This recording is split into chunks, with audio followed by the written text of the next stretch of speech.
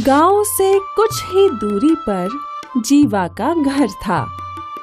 उसके घर में उसकी पत्नी किरण और बेटा राजू रहा करते थे। तीनों के तीनों दुबले पतले और कुपोषित थे। जीवा जंगल से लकड़ियां और जड़ी बूटियां इकट्ठी करके उन्हें गांव में बेचा करता था। चूल्हे के लिए लकड़ियां ले लो, लकड़ियां ले लो। कितना दाम है इस पेड़ के तने का? मालिक सिर्फ 5 सिक्के। 5 सिक्के तो ऐसे बोल रहा है जैसे मुफ्त में दे रहा है। मुझे नहीं चाहिए तेरी लकड़ी, तू ही रख। नहीं नहीं मालिक, आप जो देंगे वो मंजूर। ठीक है, फिर ये ले 3 सिक्के। जीवा वो 3 सिक्के ले लेता है और फिर वो गांव के किराने की दुकान पे जाता है। भाई ये चावल कैसा है? 1 किलो के 2 सिक्के। और ये दाल? ये 4 सिक्के प्रति किलो। भाई मुझे 1 किलो चावल और 1 पाव दाल दे दो। ये लो तुम्हारे हुए 3 सिक्के। जीवा अपने दिन भर की कमाई से सिर्फ थोड़ा सा राशन ही खरीद पाता था। वो राशन लेकर घर गया और फिर उसकी पत्नी ने दाल और चावल से खिचड़ी बनाई और यही उनकी रोज की जिंदगी थी। मौसम बदला और अब बरसात शुरू हुई। जीवा फिर भी जंगल गया और वहाँ उसने लकड़ियाँ काटी और एक बार फिर वो बाजार में लकड़ियाँ बेचने लगा। लकड़ियाँ ले लो, चूल्हे के लिए लकड़ियाँ ले लो, लकड़ियाँ। सुबह से शाम तक वो चिल्लाता रहा, लेकिन आज बारिश की वजह से एक भी ग्राहक लकड़ियाँ खरीदने नहीं आया। निराश जीवा वो लकड़ियाँ अपने कंधे पे लाद कर अपने घर की ओर निकल पड़ा। आज मैं अपने परिवार के लिए खाने का इंतजाम तक नहीं कर पाया। हे भगवान, ये कैसी जिंदगी दी है मुझे। निराश जीवा अपने घर पहुंचा और वो अपनी पत्नी और बेटे के सामने रोने लगा। अगले दिन जीवा वापस अपनी लकड़ी बाजार में बेचने गया, लेकिन इस बार भी कोई खरीदार नहीं था। शाम को एक सेठानी आई और उसने जीवा से लकड़ियाँ खरीद ली और जीवा को 5 सिक्के दे दिए। सिक्के देख जीवा बहुत खुश हुआ।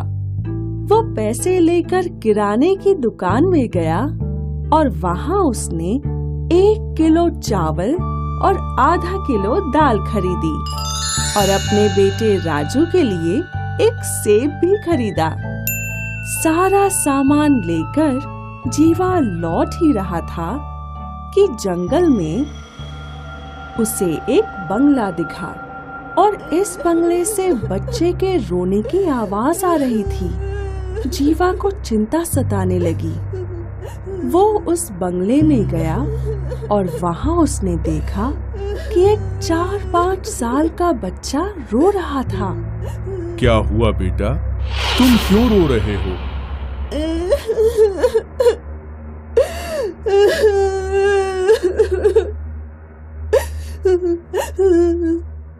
मुझे बहुत भूख लगी है। मैंने 3 दिन से कुछ नहीं खाया। जीवा को उस बच्चे पर दया आ गई और उसने वो सेब उस बच्चे को दिया। बच्चे ने हड़बड़ी में वो सेब खाया।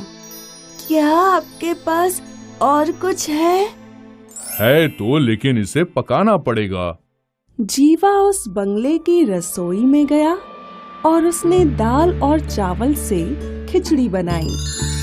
फिर जीवा ने वो खिचड़ी उस नन्हे बच्चे को दी, जिसने बड़े चाव से खिचड़ी खाई।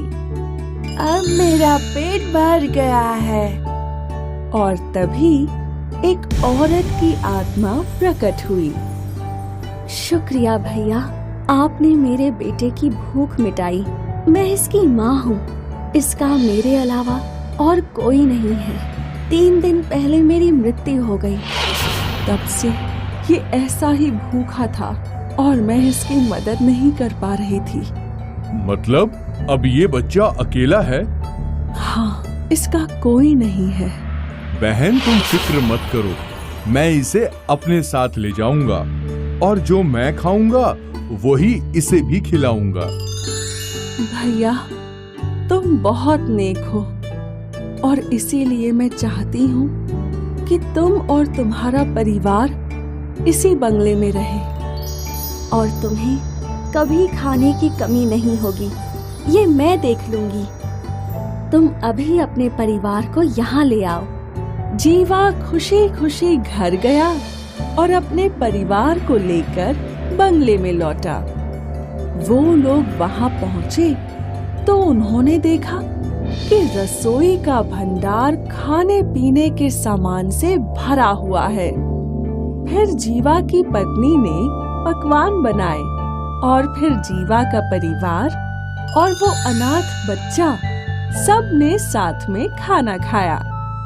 ये देख उस माँ की आत्मा बहुत खुश थी, क्योंकि उसके अनाथ बेटे को एक परिवार मिल चुका था। इसके बाद जीवा और उसका परिवार उस जादुई बंगले में ही रहे, जहाँ खाने की चीजों की कोई कमी नहीं थी।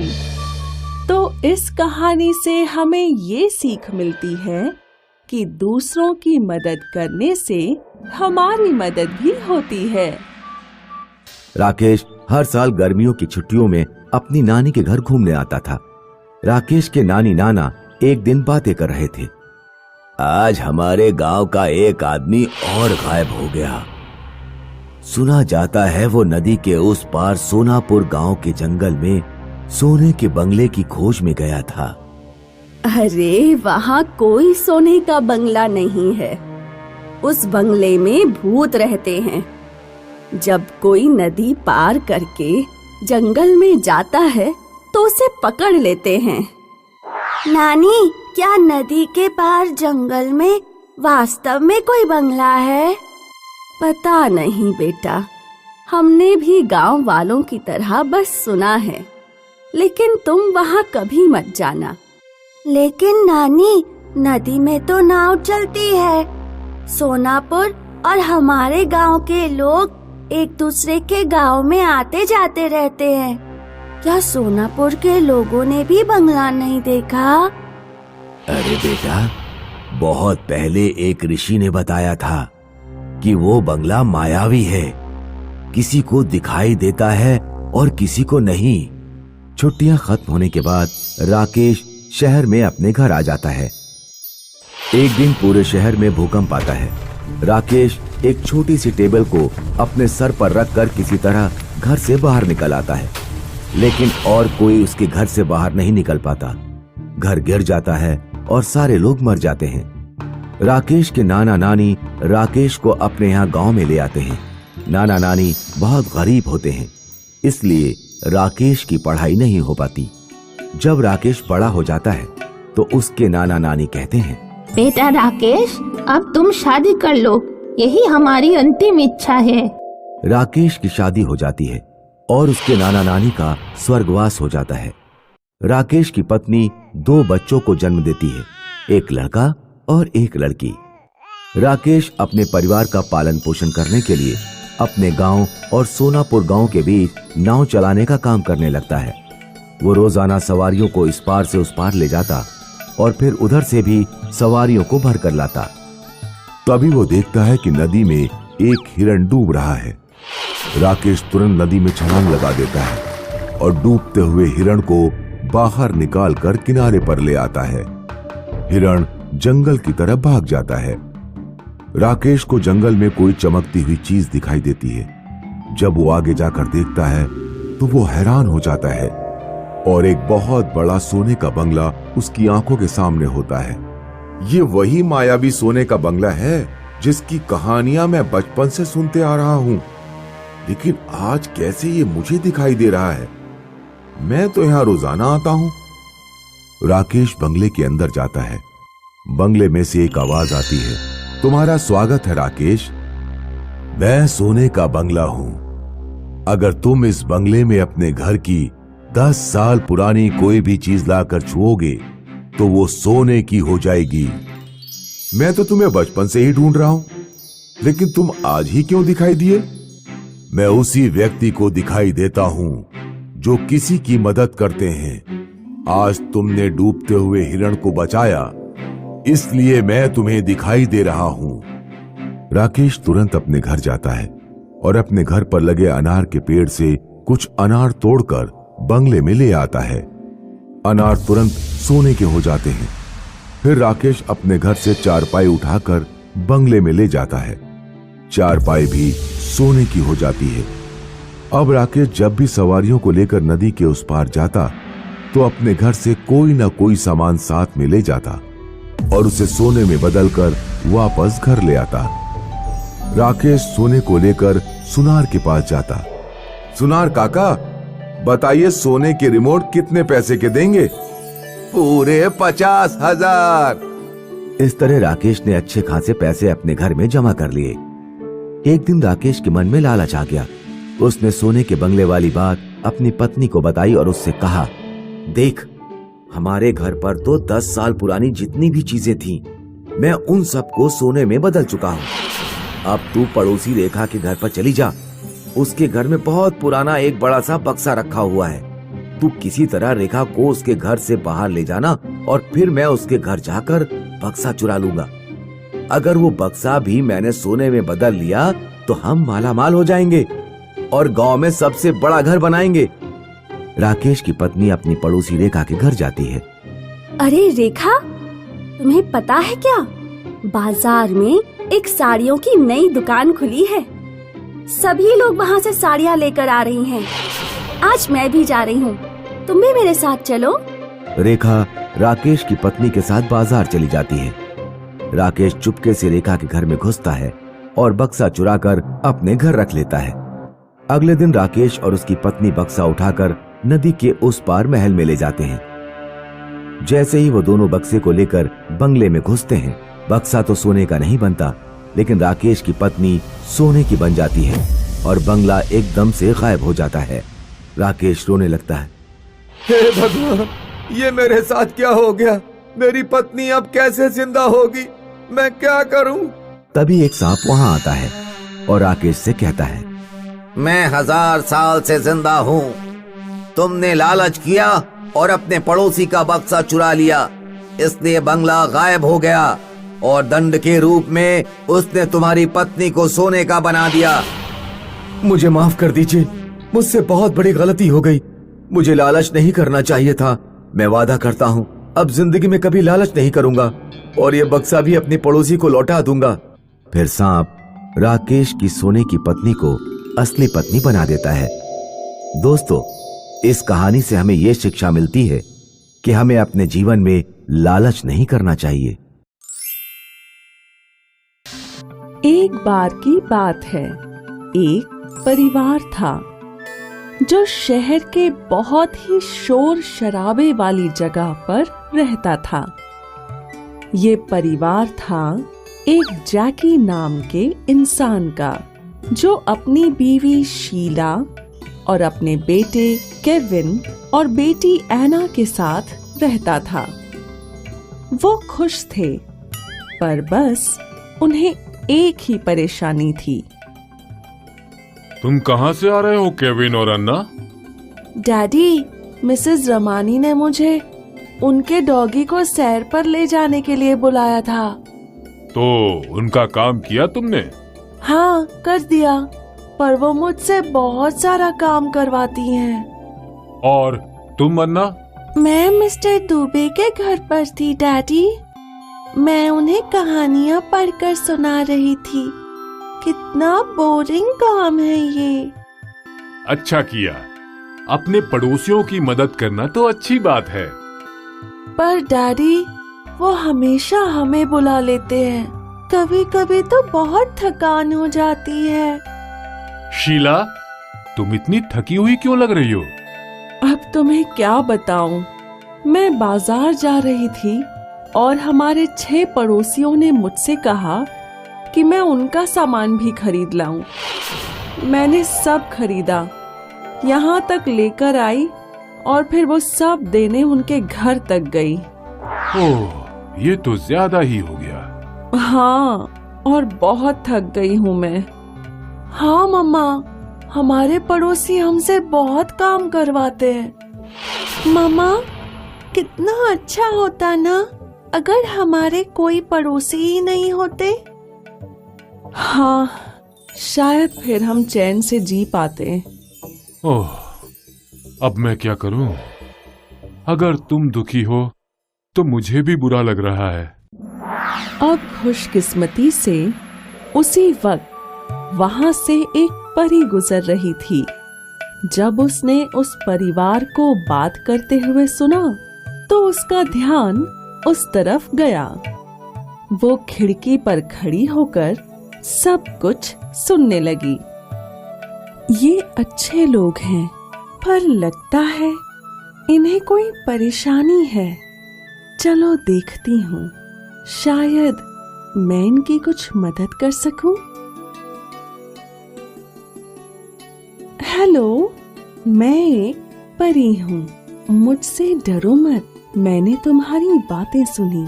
तुमने कहा ना कि तुम अपने पड़ोसियों से दूर रहना चाहते हो। हाँ।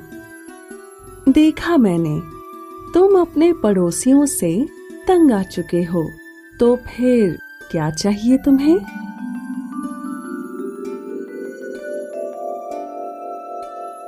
तुमने सोच लिया? जी मैम। तो बताओ, मैं तुम्हारे लिए क्या कर सकती हूँ? हमें एक ऐसा घर चाहिए जो लोगों से बहुत दूर हो। पर ये तो मुमकिन नहीं है मेरे दोस्तों। इस ग्रह पर लोग तो हर जगह हैं। तुम लोगों के बिना नहीं रह सकते। अच्छा, तो फिर? तुम हमारे लिए ऊपर बादलों में घर बना दो। ऊपर बादलों में? सच में तुम्हारी यही इच्छा है? प्लीज। ठीक है, मुझे अपनी सारी जादुई शक्तियां इस्तेमाल करनी होगी, पर ये हो सकता है। ऐसा करना मेरे लिए भी मजेदार काम होगा। मैं कल फिर तुम्हारे घर आऊंगी, तैयार रहना। हाँ हाँ, पक्का। हम अपना सामान तैयार रखेंगे। अरे पागल, तुम्हें कुछ ले जाने की जरूरत नहीं। मैं तुम्हारे लिए जादुई घर बनाऊंगी जो तुम्हारी सारी इच्छाएं पूरी करेगा। साथ ही बादल इतने सारे सामान का बोझ नहीं उठा पाएंगे। हाँ, अच्छा, तो ठीक है। हाँ, हमें भी लोगों से छुटकारा मिल जाएगा। हम खूब मस्ती करेंगे ऊपर बादलों में। अगले दिन पूरा परिवार बहुत उत्सुक था और तैयार भी। उन्होंने अपने पड़ोसियों से कहा कि वो छुट्टियां मनाने जा रहे हैं, और तभी परी आ गई। घबराओ मत, मैं हूँ। तुम तैयार हो? हाँ। बस देखते जाओ।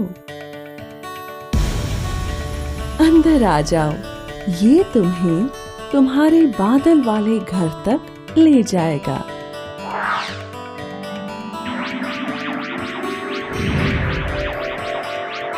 वाह, कितना प्यारा घर है। मुझे यकीन है कि तुम यहाँ खुश रहोगे। मम्मा, डैडी, देखो, नीचे धरती पर घर माचिस जैसे दिख रहे हैं। ये सब कितना अच्छा लग रहा है। मुझे बैठना है।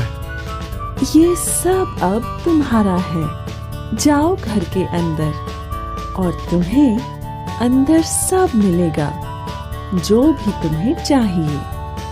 अगर तुम्हें कुछ भी चाहिए तो 2 बार ताली बजाना और वो चीज सामने आ जाएगी। अगर मुझे बुलाना चाहते हो तो 3 बार ताली बजाना। शुक्रिया प्यारी परी। वाह, ये घर कितना सुंदर है। मम्मा, मुझे भूख लगी है। हाँ तो जाओ ना, परी के जादू का कमाल देखो। ओके, मुझे पिज्जा चाहिए। वाह, सच में यहाँ तो पिज्जा आ गया। अब मैं कोशिश करती हूँ। हाँ हाँ करो। मुझे एक नई ड्रेस चाहिए।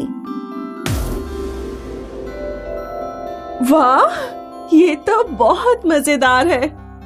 हमारी जिंदगी का ये सबसे अच्छा वक्त है। और इस तरह उस परिवार ने अपनी जिंदगी का सबसे अच्छा वक्त बिताया। घर बहुत ही शांत और सुंदर था और हमेशा साफ रहता। उन्हें जो चाहिए होता वो झट से आ जाता और उन्होंने तब तक जादू से चीजें मंगवाई जब तक उनकी सारी इच्छाएं पूरी ना हो गईं। पर 1 हफ्ते के बाद वो बोर होने लगे। डैडी, हमें जो चाहिए था वो सब हमारे पास है। अब मंगवाने को कुछ बचा ही नहीं। हाँ बेटा, पर अब हम क्या करें? खैर तुम यहाँ बादलों में क्या कर सकती हो? खिड़की के पास बैठ सकती हो, तुम प्लेन्स और पंछियों को देख सकती हो। यही तो कर रहे हैं हम कब से। अब तो मैं भी यहाँ बोर हो गई हूँ। शायद हमें कुछ देर के लिए नीचे अपने घर जाकर देख आना चाहिए कि सब ठीक तो है ना। शीला, तुम्हें पता है ना हम ऐसा नहीं कर सकते। परी क्या सोचेगी? पर डैडी, हम बहुत बोर हो रहे हैं। अच्छा ठीक है, तो चलो परी को बुलाते हैं, देखते हैं वो क्या कहती है।